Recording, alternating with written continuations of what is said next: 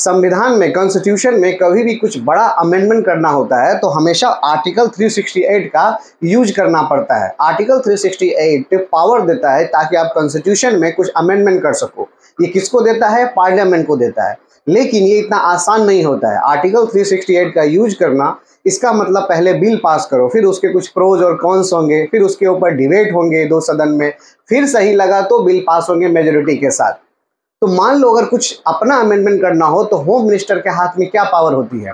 इसके last video में हमने देखा कैसे एक होम मिनिस्टर अपनी पार्लियामेंट में अपनी सिंपल मेजोरिटी के साथ कुछ कानून बनाकर आर्टिकल 2 और आर्टिकल 3 में अमेंडमेंट करती है। तो ये भी तो एक संविधान का ही पार्ट है, ये भी तो संविधान का ही आर्टिकल है। तो फिर इसमें कैसे फेरबदल हो सकते हैं बिना 368 के यूज किए हुए? तो आज हम इसी को समझेंगे आर्टिकल 4 के माध्यम से।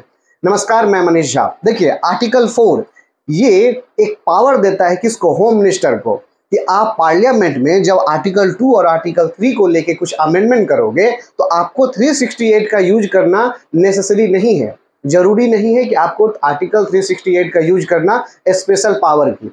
आप जस्ट पार्लियामेंट में अपनी सिंपल मेजोरिटी के साथ by law with certain terms and condition आप आर्टिकल 2 में और आर्टिकल 3 में फेरबदल मतलब अमेंडमेंट कर सकते हो। तो आर्टिकल 2 में हमने क्या समझा था? आर्टिकल 2 में हमने ये समझा था कि अगर पार्लियामेंट चाहे, सांसद चाहे, तो कोई भी नई कंट्री को, कोई भी नए स्टेट को अपने इंडिया में मर्ज कर सकती है। इसके लिए उन्हें किसी की ज़रूरत या किसी की कंसेंट नहीं लगेगी। वो बस अपनी सिंपल मेजोरिटी के साथ बाय लॉ कर सकती है। बाद में कंसेंट के लिए प्रेसिडेंट का साइन लगता है।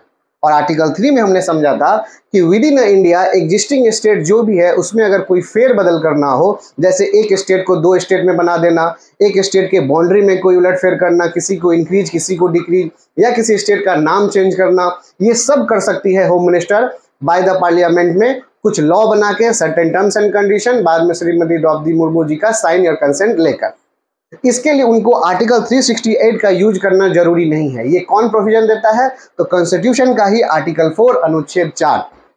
किसको? तो पार्लियामेंट को, कि आपको आर्टिकल 2 या आर्टिकल 3 में कुछ भी अमेंडमेंट करते हो तो आर्टिकल 368 का यूज करना जरूरी नहीं है। आप सिंपल मेजोरिटी के साथ इसे कर सकते हो। साथ ही साथ फर्स्ट शेड्यूल में और फोर्थ शेड्यूल में भी अगर कुछ चेंज करते हो तो भी आपको no need to require article 368। पहला सूची और चौथा सूची, पूरे संविधान में 12 सूची है, मतलब शेड्यूल है।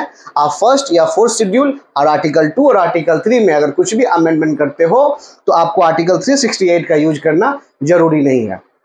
तो बहुत ही आसान शब्दों में आपने समझा कि आर्टिकल 4 एक प्रोविजन है, सेफ गार्ड है किसका? तो आर्टिकल 2 और आर्टिकल 3 का। इसी के साथ ही आपका पार्ट 1 ऑफ द कॉन्स्टिट्यूशन खत्म होता है। मिलते हैं नेक्स्ट वीडियो में पार्ट 2 के साथ। तब तक के लिए समझते रहिए और कमेंट कीजिए कि कैसा लगा और क्या कुछ क्वेरी हो सकता है आपका। जय हिंद, थैंक्स फॉर वॉचिंग।